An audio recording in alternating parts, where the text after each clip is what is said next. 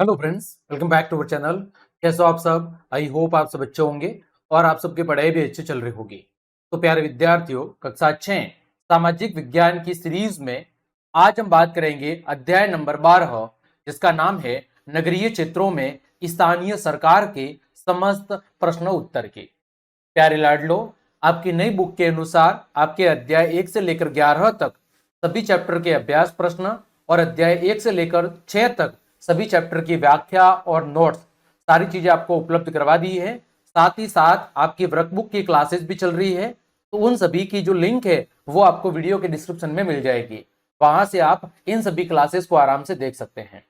आज की क्लास में हम अध्याय 12 के पहले पार्ट के भीतर दिए गए प्रश्न और उसके बाद हम अभ्यास के समस्त प्रश्नों के उत्तर को जानेंगे।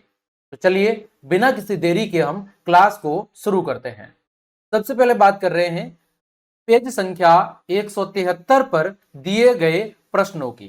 प्रश्न संख्या 173 पर दिए गए प्रश्नों की।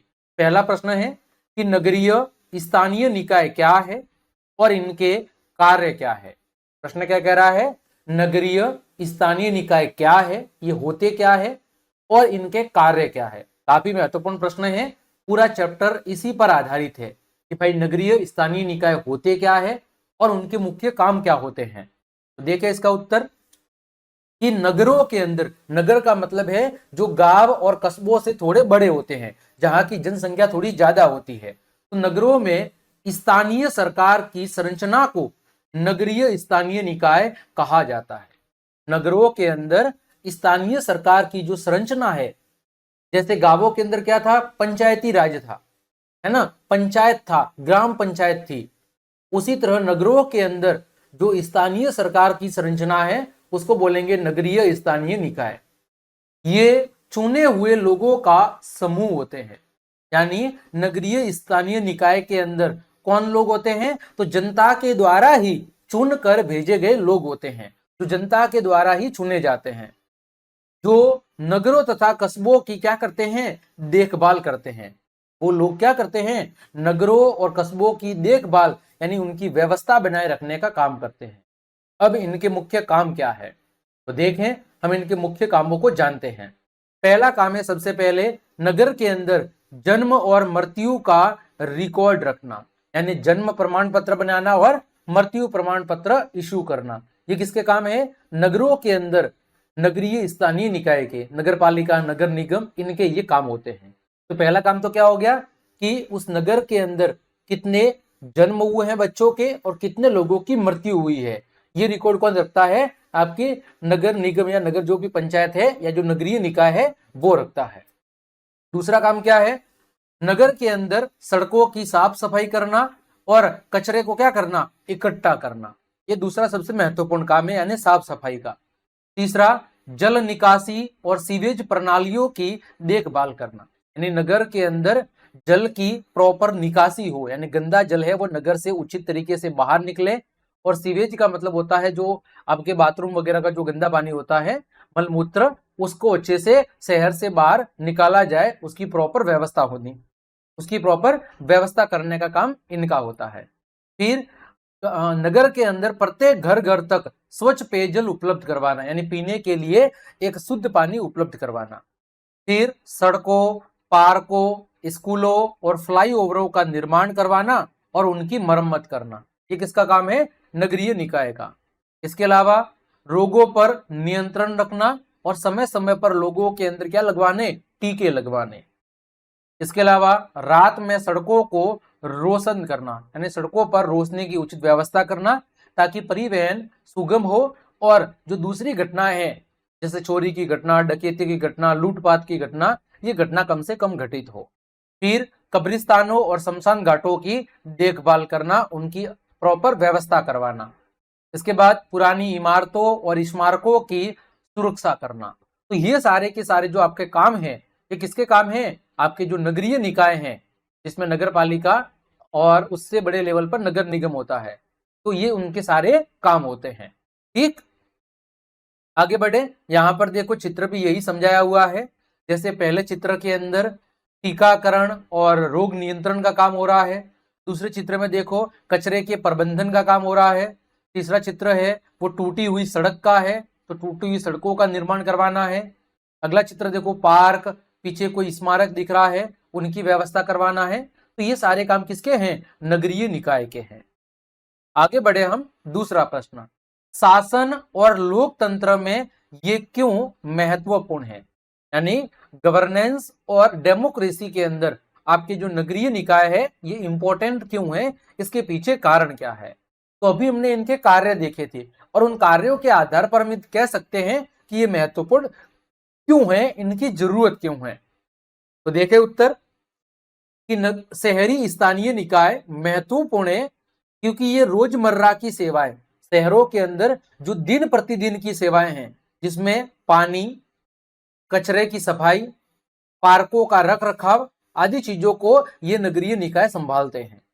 इसके अलावा उस क्षेत्र में रहने वाले लोग निर्णय लेने में मदद करते हैं, क्योंकि उस क्षेत्र में रहने वाले लोग ही अपने प्रतिनिधि को चुनकर वहां पर भेजते हैं, जिससे व्यवस्था अधिक लोकतांत्रिक बनती है।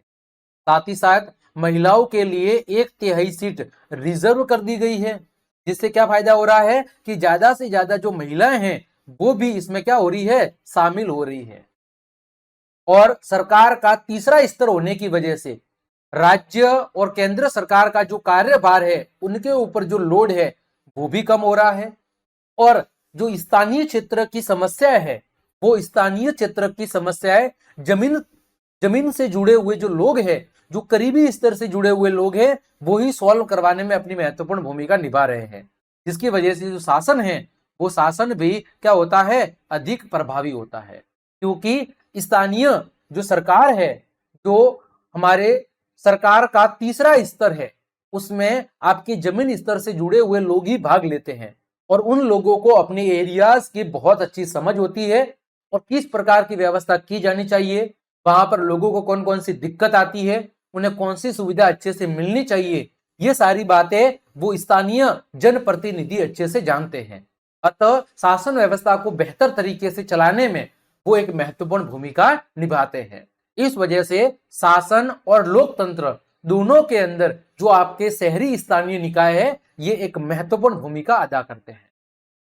आगे बढ़े लाडलो, प्रश्न संख्या 174 पर, एक गांव या कस्बे की तुलना में कोलकाता, चेन्नई या मुंबई जैसे नगर क्यों अधिक जटिल और विविध है? क्या कह रहा है? एक गांव या कस्बे की तुलना में कोलकाता, चेन्नई और मुंबई जैसे जो बहुत बड़े बड़े नगर है वो ज्यादा अधिक जटिल और विविध क्यों है, उनमें अधिक विविधता क्यों पाई जाती है?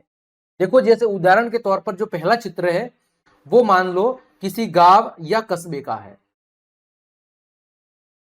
और दूसरा चित्र है वो किसी बड़े शहर का है। तो देखो यहां पर कोलकाता, चेन्नई और मुंबई जैसे शहरों में विभिन्न संस्कृतियों, अलग अलग नौकरी करने वाले लोग, अलग अलग भाषा बोलने वाले लोग और अलग अलग बैकग्राउंड से, पृष्ठभूमि से आने वाले लोगों की संख्या बहुत ज्यादा है। ये तो बहुत बड़े नगर है, अतः इन बड़े नगरों में पूरे भारतवर्ष से, साथ ही साथ विदेशों से भी आकर लोग रहते हैं। जैसे कोलकाता, चेन्नई, मुंबई, इनमें अलग अलग धर्म, जाति, रीति रिवाज, परंपराएं, संस्कृतियों को मानने वाले लोग, तरह तरह की नौकरी करने वाले लोग, तरह तरह की भाषाओं को बोलने वाले लोग और अलग अलग बैकग्राउंड से, अलग अलग पृष्ठभूमि से आकर या आने वाले जो लोग हैं वो वहां पर आकर काम करते हैं। उन्हें ज्यादा परिवहन, ज्यादा अस्पतालों, ज्यादा स्कूलों और अन्य सेवाओं की बहुत अधिक जरूरत पड़ती है एक गांव या कस्बे की तुलना में। लेकिन गांव या कस्बे के अंदर एक समान संस्कृति, लगभग समान तरह की नौकरियां, एक जैसी भाषा और समान पृष्ठभूमि से रहने वाले लोग रहते हैं। साथ ही साथ उनकी जनसंख्या बहुत कम होती है, अतः उनको संभालना बहुत आसान काम है। लेकिन ये जो सारे कारण हमने बताए, इन सभी कारणों की वजह से एक बहुत बड़े शहर का प्रबंधन, उसको मैनेज करना एक छोटे गांव या कस्बे के प्रबंधन से बहुत अधिक क्या होता है? मुश्किल होता है। इसके पीछे कारण क्या है कि बड़े शहरों में अलग अलग संस्कृतियों, अलग अलग नौकरियों करने वाले लोग, अलग अलग भाषा बोलने वाले लोग और अलग अलग पृष्ठभूमि से आने वाले हजारों लाखों लोग बहुत बड़ी संख्या में रहते हैं। इस वजह से वहां पर परिवहन की बहुत अधिक सुविधा की जरूरत पड़ती है, ज्यादा से ज्यादा अस्पतालों की जरूरत पड़ती है, ज्यादा से ज्यादा स्कूलों की, ज्यादा से ज्यादा दूसरी जो सेवाएं हैं उनकी भी जरूरत पड़ती है। इस वजह से एक छोटे गांव या कस्बे की तुलना में बड़े शहर को मैनेज करना बहुत अधिक कठिन कार्य होता है। ठीक, आगे बढ़े हम। अगला देखो प्रश्न है कि अपने सहपाठियों के साथ मिलकर किसी भी ऐसे शहर में रहने वाले विविध समुदायों की एक सूची बनाएं जिससे आप परिचित हो। आप कितनों की सूची बना पाए और सूची में आपको क्या क्या दिखाई देता है। क्या कह रहा है कि शहर के अंदर रहने वाले अलग अलग समुदायों की आपको एक लिस्ट बनानी है और आप ऐसी कितनी लिस्ट बना पाते हैं और फिर उस लिस्ट के जरिए आपको क्या चीजें दिखाई दे रही है। तो देखो, दिल्ली जैसे बड़े शहर में हमें अलग अलग कई प्रकार के लोग क्या होते हैं, मिलते हैं। दिल्ली जैसे एक बड़े शहर में हमें कई अलग अलग प्रकार के हजारों लाखों लोग मिलते हैं, जिसमें अलग अलग समुदायों में देखो कौन शामिल है। सबसे पहले धार्मिक, यानी अलग अलग धर्म को मानने वाले लोग, जिसमें हिंदू धर्म को मानने वाले लोग भी रहते हैं, मुस्लिम, ईसाई, सिख, ऐसे अलग अलग धर्मों को मानने वाले लोग वहां पर रहते हैं। फिर भाषा, तो जिसमें हिंदी भाषा बोलने वाले लोग, तमिल, बंगाली, पंजाबी, अंग्रेजी, ऐसे अलग अलग भाषा बोलने वाले लोग भी वहां पर निवास करते हैं। फिर अलग अलग संस्कृति को मानने वाले लोग, जिसमें कलाकार, नर्तक, लेखक, गायक, ये अलग अलग सांस्कृतिक चीजों को मानने वाले लोग या ऐसा कार्य करने वाले लोग भी रहते हैं। इसके अलावा आर्थिक दृष्टि की बात करें तो बड़े शहरों में अमीर लोग भी रहते हैं, मध्यम वर्ग और बहुत अधिक गरीब परिवार भी वहां पर निवास करते हैं। अन्य की बात करें तो उसमें विदेशी लोग, प्रवासी श्रमिक जो दूसरी जगह से वहां पर काम करने आते हैं, विकलांग व्यक्ति और वरिष्ठ नागरिक, ये अलग अलग तरह के जो लोग हैं वो वहां पर निवास करते हैं। अब देखो, बात करूं मैं अवलोकन की कि इस सूची को देखकर, इस लिस्ट को देखकर मुझे क्या चीजें वहां पर समझ आती है। तो पहली चीज तो कि इतने सारे अलग अलग समूह एक साथ एक बड़े नगर के अंदर रहते हैं, जिसमें अलग अलग धर्म को मानने वाले लोग भी हैं, अलग अलग भाषाओं को बोलने वाले लोग भी हैं, तरह तरह के कार्य और नौकरियां करने वाले लोग हैं, आर्थिक दृष्टि से विभिन्नता वाले भी लोग हैं और अन्य कैटेगरी के लोग भी वहां पर शामिल हैं। फिर एक व्यक्ति कई सारे समूहों का हिस्सा भी हो सकता है, जैसे एक तमिल भाषी बोलने वाला लोग हिंदू भी हो सकता है और कलाकार भी हो सकता है। तो एक व्यक्ति एक से अधिक समूह के अंदर भी शामिल हो सकता है। फिर शहर विविधता और संस्कृतियों से भरे हुए हैं। अगली बात हमें क्या समझ आती है कि जो शहर हैं वो अलग अलग तरह की विविधताओं और संस्कृतियों से भरे हुए हैं। फिर यहाँ जो विविधता है, ये जो विविधता है ये शहरों को रंगीन और काफी दिलचस्प बनाती है। ये सारी चीजें हमें इन लिस्ट को देखकर पता चलती है। फिर दिल्ली जैसी जो नगर है वो क्या है, महानगर है, जहां दुनिया भर के लोग शांतिपूर्वक रहते हैं और अपने जीवन को वहां पर जीते हैं। ठीक, आगे बात करें प्रश्न संख्या 175 की।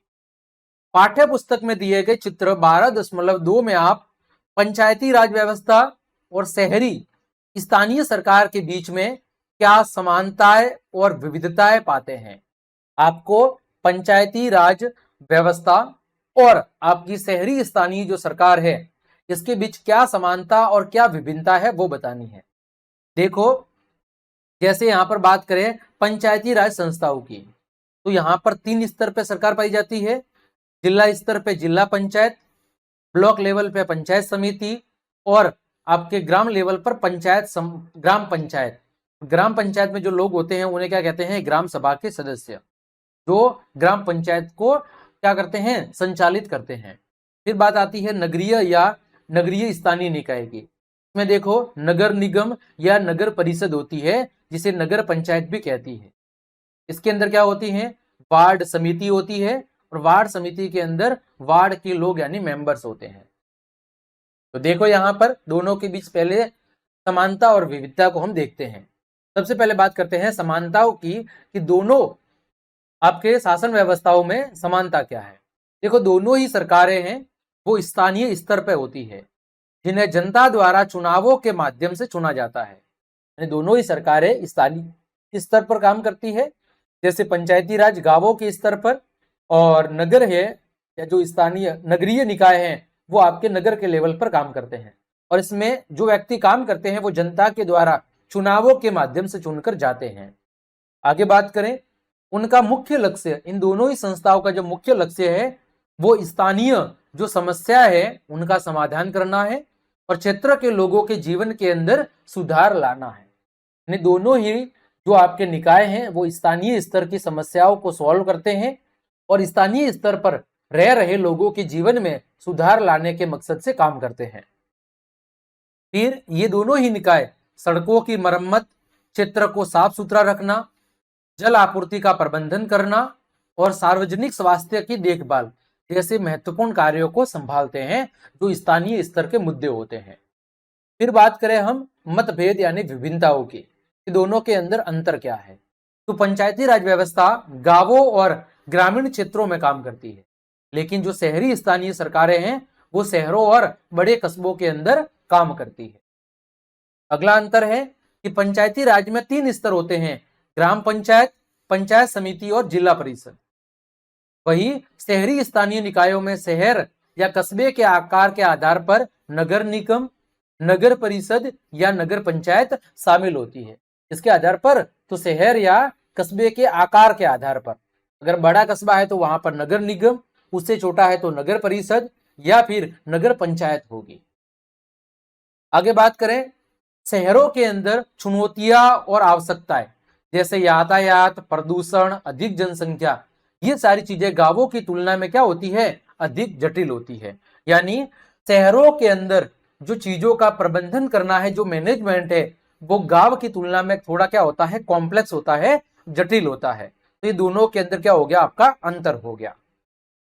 आगे बात करें प्रश्न संख्या 177 पर, क्या आप ऐसे और 4-5 कार्य सोच सकते हैं जिनसे कर्तव्यनिष्ठ नागरिक नगर के अपने अपने क्षेत्र की देखभाल करने में सहायता कर सकते हैं। यानी ऐसे और कौन से 4-5 महत्वपूर्ण कार्य है जो कार्य एक कर्तव्यनिष्ठ नागरिक के द्वारा अपने क्षेत्र के अंदर किए जा सकते हैं। देखो वो कार्य कौन कौन से हैं, तो देखें। हाँ, जिम्मेदार नागरिक अपने शहर को बेहतर बनाने के लिए कई कदम उठा सकते हैं। कुछ सुझाव दिए गए हैं। पहला, हवा को स्वच्छ और शहर को हरा भरा बनाने के लिए अधिक से अधिक पेड़ लगाएं और पार्कों यानी बगीचों की देखभाल करने का कार्य करें। फिर यातायात और प्रदूषण को कम करने के लिए बसों, मेट्रो या साइकिल का क्या करें, उपयोग करें ताकि प्रदूषण कम से कम हो। प्लास्टिक बैग का उपयोग करने से बचें और कपास या जूट जैसे जो पर्यावरण के अनुकूल बैग है उनका इस्तेमाल करें। खाली समय में गरीब या सड़क पर रहने वाले बच्चों को पढ़ाने के लिए स्वयं सेवा करें। फिर एलईडी बल्बों का उपयोग करके बिजली बचाएं और जहां तक संभव हो सौर ऊर्जा का उपयोग करने की कोशिश करें। ठीक है।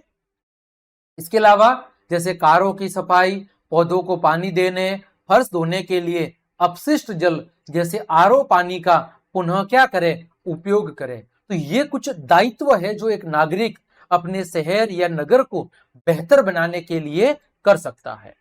ठीक, आगे बढ़े। प्रश्न संख्या 179, पिछले 7 वर्षों से लगातार मध्य प्रदेश के इंदौर शहर को सरकारी स्वच्छ सर्वेक्षण योजना के अंतर्गत भारत के सर्वाधिक स्वच्छ नगर, एकदम साफ सुथरे नगर का पुरस्कार प्रदान किया गया है। इस उपलब्धि में इंदौर के नागरिकों की क्या भूमिका रही होगी, यानी वहां के नागरिकों ने ऐसे कौन कौन से कार्य किए हैं या वहां के नागरिक ऐसे कौन कौन सी चीजों में मदद करते हैं, योगदान अदा करते हैं, जिसके वजह से इंदौर को एक स्वच्छ शहर का पुरस्कार पिछले 7 वर्षों से दिया जा रहा है। तो देखें यहां पर कि इंदौर के नागरिकों ने स्वच्छता अभियान में भाग लेने और कचरा निपटान के नियमों का पालन करके अपनी आसपास के वातावरण को साफ सुथरा रखने में महत्वपूर्ण भूमिका निभाई है।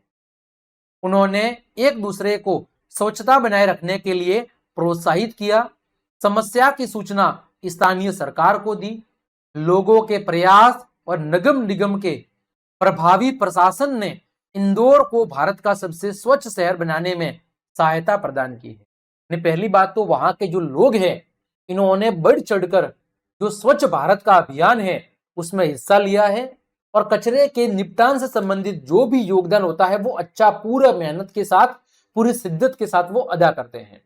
इसके अलावा वो किसी भी प्रकार की यदि समस्या है तो तुरंत ही स्थानीय सरकार को सूचना देते हैं और समस्या को सॉल्व करवाने की कोशिश करते हैं। साथ ही साथ वहां पर जो नगर निगम है उसका बहुत अच्छा मैनेजमेंट है, जिसकी वजह से इंदौर शहर पिछले 7 वर्षों से स्वच्छ शहर के रूप में क्या कर रहा है, अपनी पहचान बना रहा है। ठीक, आगे बात करें। देखो प्रश्न संख्या 179 पर ही दिया हुआ है कि अपने और पड़ोसी राज्यों के कुछ नगरों का चयन करो। इनमें वह नगर लिए जा सकते हैं जिसमें आप रहते हैं या जो आपके कस्बे या गांव के निकट है। आप कैसे पता करेंगे कि इनमें कहां कहां नगर पंचायत, नगर पालिका अथवा नगर निगम है? उन नगरों के नाम लिखिए और उनके नगरीय निलय के प्रकार की एक सूची भी तैयार कीजिए। तो देखो कोई भी नगर, उसमें नगर पंचायत है, नगर पालिका है या नगर निगम है, ये मैं कहां देख सकता हूं? तो मैं सरकार की जो आधिकारिक वेबसाइट है वहां पर देखूंगा या अपने अध्यापिका की या अध्यापक की मैं मदद ले सकता हूं। कहां पर हमें पता लगेगा? सरकार की जो वेबसाइट है वहां से पता लगेगा कि कहां पर नगर पालिका है, कहां पर नगर निगम है या कहां पर नगर पंचायत है। ये मैं सरकार की वेबसाइट से पता लगेगा और इसके लिए मैं अपने टीचर की मदद ले सकता हूं। अब मेरे आसपास के क्षेत्र के अंदर, जैसे पुणे के अंदर, पुणे क्या है? एक नगर निगम है। नासिक क्या है? नगर पालिका है। ठाणे क्या है? नगर निगम है। और औरंगाबाद क्या है? तो वो नगर पंचायत है।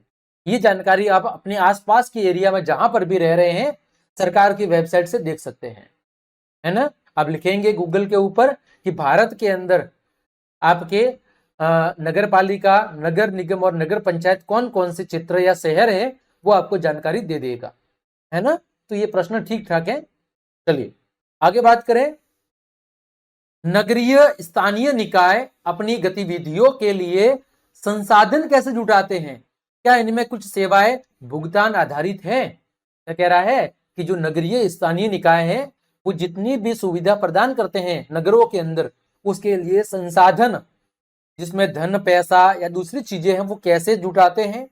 और क्या इनमें कोई ऐसी सेवाएं हैं जिनमें भुगतान लोगों से किया जाता है?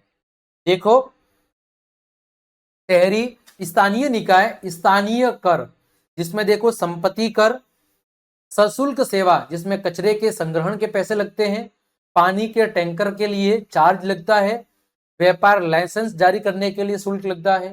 कभी कभी सरकारी अनुदान के माध्यम से भी अपनी गतिविधियों के लिए धन जुटाया जाता है। कुछ सेवाओं का भुगतान जरूर किया जाता है जिसमें आपके लोगों से पैसे लिए जाते हैं, जैसे पानी के पैसे हो गए, भवन निर्माण की परमिट के लिए पैसे लग गए, जो स्थानीय निकायों को शहरों को सुचारू रूप से चलाने के लिए पर्याप्त धन जुटाने में क्या करते हैं? मदद करते हैं। यानी कुछ चीजें हैं जिसपे लोगों से भुगतान लिया जाता है और कुछ ऐसी चीजें हैं जो आपके सरकार के द्वारा उपलब्ध करवाई जाती है। जैसे यहाँ पर देखो संपत्ति कर, जल शुल्क, सूखा कूड़ा प्रबंधन, व्यवसाय विज्ञापन, व्यापार लाइसेंस, CRM विवाह प्रमाण पत्र, CRM अग्निशमन सेवाएं, CRM विभिन्न लाइसेंस, CRM जल टैंकर मलबा हटाना, पेड़ की कटाई और ढुलाई, शिकायतें, जल टैंकर, सेप्टिक टैंकर, सभाकार, अंत्येष्टि क्रिया संबंधी वाहन, स्थल शौचालय, एम्बुलेंस, है ना। इन सेवाओं के लिए लोगों से अनुरोध भी किया जाता है और उनसे अनुदान भी लिया जाता है। तो हम कह सकते हैं कि नगरों के अंदर कुछ सेवाएं ऐसी है जो सरकार के द्वारा निःशुल्क दी जाती है और कुछ सेवाओं के लिए लोगों से पैसे लिए जाते हैं या भुगतान लिया जाता है, ताकि जो शहरों की व्यवस्था है वो अच्छे से चल सके। आगे बढ़े हैं। प्रश्न, क्रियाकलाप और परियोजनाएं, यानी पाठ के पीछे दिए गए अभ्यास के प्रश्न। अभी तक जो भी प्रश्न डिस्कस किए वो पाठ के भीतर अलग अलग पेज नंबर पर पूछे गए थे। अब बात करते हैं पाठ के पीछे जो महत्वपूर्ण प्रश्न दिए हुए हैं जो पेज संख्या 181 और 182 पर है। देखो पहला प्रश्न, स्कूल जाते समय आप और आपके दोस्त देखते हैं कि पानी का पाइप लीक हो रहा है। इस लीक के कारण बहुत सारा पानी बर्बाद हो रहा है। ऐसी स्थिति में आप और आपके दोस्त क्या करेंगे? बिल्कुल सरल प्रश्न है, क्या करेंगे? देखो, तो हम किसी बड़े बुजुर्ग या शिक्षक को सूचित करेंगे। भाई हम क्या कर सकते हैं, या तो उसके आसपास जो रहने वाले बड़े लोग हैं, जो वयस्क लोग हैं, उनको सूचना देंगे, या फिर हमारे विद्यालय के आसपास में अगर ऐसी चीज दिखाई दे रही है तो हम अपने विद्यालय के शिक्षक को इस बारे में सूचना देंगे। और या तो शहर के नगर पालिका बोर्ड या स्थानीय जल आपूर्ति कार्यालय से संपर्क करने में मदद मांगेंगे कि वहां से हम कैसे संपर्क कर सकते हैं। इस बारे में अपने अध्यापक या किसी बड़े बुजुर्ग से हम बात कर सकते हैं। तुरंत कार्रवाई करने से पानी की बचत भी होगी और आगे होने वाले नुकसान को रोका भी जा सकेगा। तो हम उसके लिए क्या करेंगे? सीधी सी बात है, हम किसी अपने घर के बड़े बुजुर्ग या उस क्षेत्र के आसपास रहने वाले बड़े बुजुर्ग या फिर अपने विद्यालय के शिक्षक को हम इस बारे में सूचना दे सकते हैं और इससे संबंधित जो भी बोर्ड या कार्यालय है वहां पर हम संपर्क कर सकते हैं।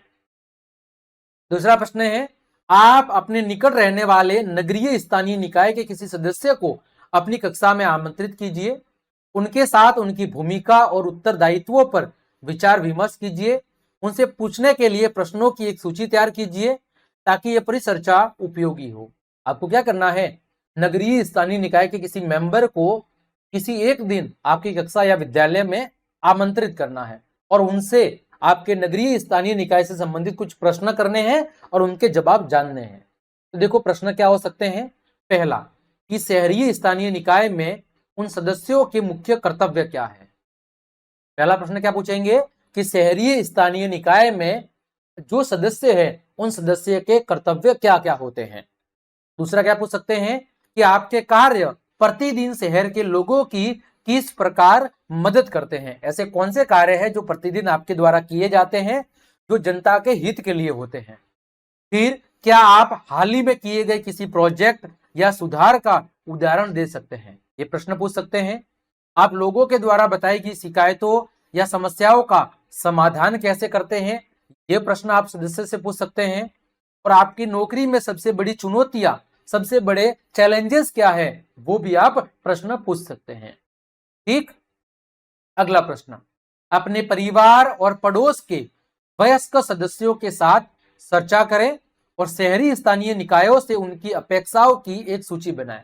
आपको अपने परिवार या पड़ोस के जो वयस्क मेंबर है उनसे बैठकर चर्चा करनी है और उनसे यह चर्चा करनी है कि वो शहरी स्थानीय निकाय से क्या अपेक्षा रखते हैं, क्या उम्मीद या क्या आशा रखते हैं। तो देखो, अपने परिवार और पड़ोस के वयस्कों से बात करने के बाद वे शहरी स्थानीय निकायों से क्या अपेक्षा रखते हैं, यह मैं आपको बता रहा हूं। क्या अपेक्षा रख सकते हैं? देखो, पहले, कोई भी व्यक्ति ये चाहता है शहर के अंदर रहने वाला कि सड़कों, नालियों और सार्वजनिक स्थानों को साफ रखा जाए, सड़कों की मरम्मत हो और स्ट्रीट लाइटें चालू रहे। पहली तो ये अपेक्षा रहेगी। दूसरी, सुनिश्चित करें कि सभी को स्वच्छ जल और उचित जल की निकासी की व्यवस्था मिले। अगला क्या चाहेंगे? उचित कानून और आपातकालीन सेवाओं के माध्यम से क्षेत्र को सुरक्षित रखा जाए।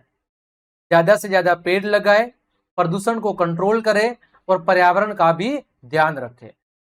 स्वास्थ्य एवं कल्याण कार्यक्रमों के माध्यम से वृद्धजनों, गरीब परिवारों और विकलांग लोगों की सहायता की जाए। इस बारे में स्पष्ट जानकारी लोगों के साथ साझा की जाए कि पैसा कहां खर्च किया गया है और कौन सी परियोजना अभी शहरी निकाय के अंदर चल रही है। इसके अलावा निर्णय लेने की प्रक्रिया में ज्यादा से ज्यादा लोगों को शामिल करें, उनकी समस्या और विचारों को सुना जाए और उन पर उचित कार्रवाई भी की जाए। फिर ये अपेक्षाएं हमारे परिवार के लोगों के द्वारा, ये जो अपेक्षाएं शहरी निकायों से की जाती है, ये अपेक्षा ये दर्शाती है कि लोग स्थानीय प्राधिकारियों से बेहतर सेवाएं और अधिक सहयोग चाहते हैं ताकि शहरी जीवन अच्छे से चल सके, वहां पर रहने वाले लोग शांति से रह सके और अपने जीवन की जो सुविधाएं हैं, जीवन जीने के लिए जो आवश्यक सुविधाएं हैं, वो उन्हें बेहतर ढंग से मिलती रहे ताकि उनका जीवन है वो बेहतर हो सके। ठीक। आगे बात करें, एक अच्छे नगरीय स्थानीय निकाय की विशेषताओं की सूची बनाओ कि एक अच्छा नगरीय स्थानीय निकाय क्या हो सकता है, उसके अंदर क्या क्या विशेषताएं होनी चाहिए। देखो, पहली विशेषता कि जो नगरीय निकाय हैं उन्हें अपने निर्णयों को लेकर पारदर्शिता रखनी चाहिए कि वे किस प्रकार सार्वजनिक धन को खर्च कर रहे हैं, ये जानकारी लोगों के साथ समय समय पर शेयर की जानी चाहिए। फिर उन्हें नागरिकों की जरूरतों और समस्याओं को समय समय पर सुनना चाहिए और जल्दी से जल्दी जितना हो सके उस पर सकारात्मक कार्यवाही करनी चाहिए। सदस्यों को अपने निर्णयों के लिए उत्तरदायी होना चाहिए और ये सुनिश्चित करना चाहिए कि वे समुदाय के लिए ठीक ढंग से कार्य कर रहे हैं या नहीं कर रहे हैं, यानी वो जनता के हितों को ध्यान में रखते हुए कार्य करने चाहिए। अगला क्या दायित्व होना चाहिए, उनकी विशेषता क्या होनी चाहिए, तो अगली विशेषता है उन्हें नियोजन तथा निर्णय समाज के अंदर सभी वर्ग, विशेषकर कमजोर वर्गों को भी शामिल करना चाहिए, यानी जो पिछड़े वर्ग हैं उन वर्गों पर विशेष रूप से फोकस करना चाहिए। उन्हें संसाधनों का विवेकतापूर्ण प्रबंधन करना चाहिए, संसाधनों को अच्छे से मैनेज करना चाहिए और समय पर जरूरत के अनुसार लोगों को सेवाएं उपलब्ध करवानी चाहिए। उन्हें दीर्घकालिक समाधानों पर ध्यान केंद्रित करना चाहिए जो पर्यावरण की रक्षा भी करें और हमारी आने वाली भावी पीढ़ियों की जीवन की गुणवत्ता को क्या कर सके, बेहतर बना सके। ऐसे समाधानों पर उन्हें कार्य करना होगा। फिर इन्हें स्थानीय शासन और निर्णय निर्माण की प्रक्रिया में नागरिकों की भागीदारी को ज्यादा से ज्यादा बढ़ाना चाहिए। तो एक अच्छे स्थानीय निकाय की यह विशेषताएं होनी चाहिए जो अभी हमने बिंदुवार डिस्कस की है। आगे बात करें, ग्रामीण क्षेत्रों और शहरी स्थानीय निकायों में पंचायती राज व्यवस्था के बीच क्या समानताएं और क्या अंतर है। अभी हमने पीछे देखा था कि पंचायती राज व्यवस्था और शहरी स्थानीय निकाय में क्या समानता है और क्या अंतर है। फिर से देख लेते हैं। दोनों ही देखो स्थानीय सरकारें हैं जो निर्वाचित सदस्यों के द्वारा संचालित होती है, यानी इसके अंदर जो लोग संचालन का काम करते हैं वो जनता के द्वारा ही चुनकर भेजे जाते हैं। वे अपने क्षेत्र की समस्याओं को सुलझाने और लोगों के जीवन को बेहतर बनाने का क्या करते हैं, काम करते हैं। यानी दोनों ही निकायों के अंदर जो सदस्य होते हैं जो जनता के द्वारा चुनकर भेजे जाते हैं, इनका काम क्या है, स्थानीय क्षेत्र की समस्याओं को सुलझाना और लोगों के जीवन को बेहतर बनाने की दिशा में काम करना। फिर दोनों ही निकाय स्वास्थ्य सेवाओं, सड़क, पानी और स्वच्छता जैसी चीजों को बेहतर करने में मदद करते हैं। बात करें दोनों के अंदर अंतर की, पंचायती राज संस्थाएं गांवों में काम करती है, शहरी स्थानीय निकाय शहरों और बड़े कस्बों के अंदर काम करते हैं। शहरों को फ्लाईओवर, यातायात नियंत्रण, अपशिष्ट प्रबंधन जैसी जो जटिल सेवाएं हैं उनकी आवश्यकता होती है, जिनकी आमतौर पर गांवों में आवश्यकता नहीं होती है। यानी शहरी निकायों के अंदर इनका कामकाज, इनका वर्कलोड और मैनेजमेंट बहुत अधिक कठिन होता है, जटिल होता है एक गांव की तुलना में। पंचायती राज में ग्राम पंचायत, पंचायत समिति और जिला परिषद शामिल है। शहरी स्थानीय निकायों में शहर या कस्बे के आकार के आधार पर नगर निगम, नगर परिषद या क्या होती है, नगर पंचायतें होती है। तो यहां पर ये दोनों के अंदर हमने पहले समानता देखी और फिर क्या देखा, दोनों के अंदर हमने अंतर देखा। तो प्यारे विद्यार्थियों, प्यारे लाडगुलो, प्यारे लाडलो, प्यारे रसगुल्लो, प्यारे नन्हे नन्हे मुन्नो, आज की इस क्लास में हमने अध्याय 12 शहरी क्षेत्रों में स्थानीय निकाय है ना, या शहरी क्षेत्रों में स्थानीय स्वशासन के पाठ के भीतर दिए गए और अभ्यास के समस्त प्रश्नों के उत्तर बहुत अच्छे से जान लिए हैं। उम्मीद करता हूं सभी प्रश्नों के उत्तर आपको बहुत अच्छे समझ में आए होंगे। तो क्लास देखने के लिए आप सभी का धन्यवाद। यदि आपको मेरी क्लास और ये मेहनत पसंद आई है तो फिर बिना किसी कंजूसी के लाइक, कमेंट, शेयर और सब्सक्राइब जरूर करें। मिलते हैं अगली क्लास में, तब तक के लिए आप सबको जय हिंद, जय भारत।